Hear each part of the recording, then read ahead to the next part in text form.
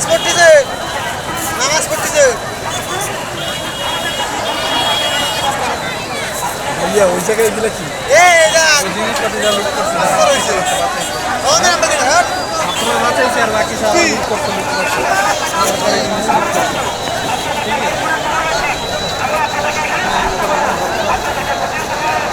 এখন তো কিছু মানে আটকে গেছে তখন কিছু আটকে নেই তখন আর কি গ্যাস দুপুরবেলা শুনতে তখন মানে যে যাবার তো টাইম হ্যাঁ আটকে গেছে আমার কেউ একটা দিতে পারবে নেওয়া ঠিক না বুঝাইবো কয়জন নেই নিব 100 জন বুঝাইবো 10 জন ওই 10 জন মানে ওটাই দরকার আছে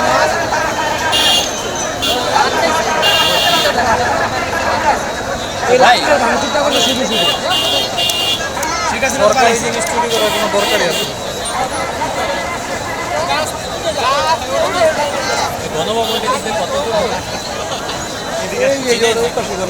কতক্ষণ লাগবে নাম নিয়ে যেতে পারবো মানে টাইমটা কতক্ষণ লাগবে হাঁটতে 10 মিনিট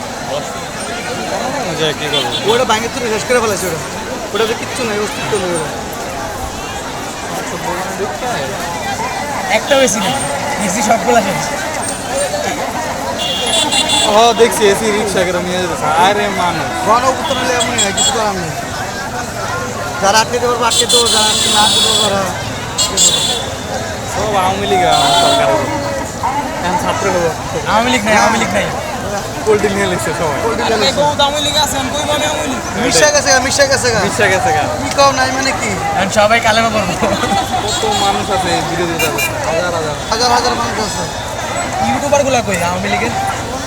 সাংবাদিকগুলো পর্যন্ত পোল্ট্রি নিয়ে নিছে লাস্ট মিনিটে যখন দেখে যে অবস্থা খারাপ একটাও তো সাংবাদিক নাই সাংবাদিক তেমন নাই কল্পনাও করতে পারেন যে আজকে এমন অবস্থা হবে সরকার কল্পনা আছে আর কালকে সেনাপ্রধান নিজেই ইঙ্গিত দিয়ে দিচ্ছে। কালকে যখন সেনাবাহিনী মানুষের সাথে যখন মারামারি করে আওয়ামী লীগের সাথে সেনাবাহিনীরা অনেক জায়গায় ছাত্রদের সাথে ছিল। তখনই মানুষ বুঝে গেছে যে সেনাবাহিনী সাপোর্টে আছে তখন নিজের মতো ইচ্ছা মতো এই হলো কাহিনী সেনাবাহিনী তো ডিরেক্ট করতে পারে না ডিরেক্ট করলে তো সমস্যা সারা বিশ্বের কাছে কলঙ্কিত এলাকা এর জন্য ডিরেক্ট না করে ইনডিরেক্টলি করাইছে যাওয়া তোমার আমি মাঝে ছেড়ে দিচ্ছে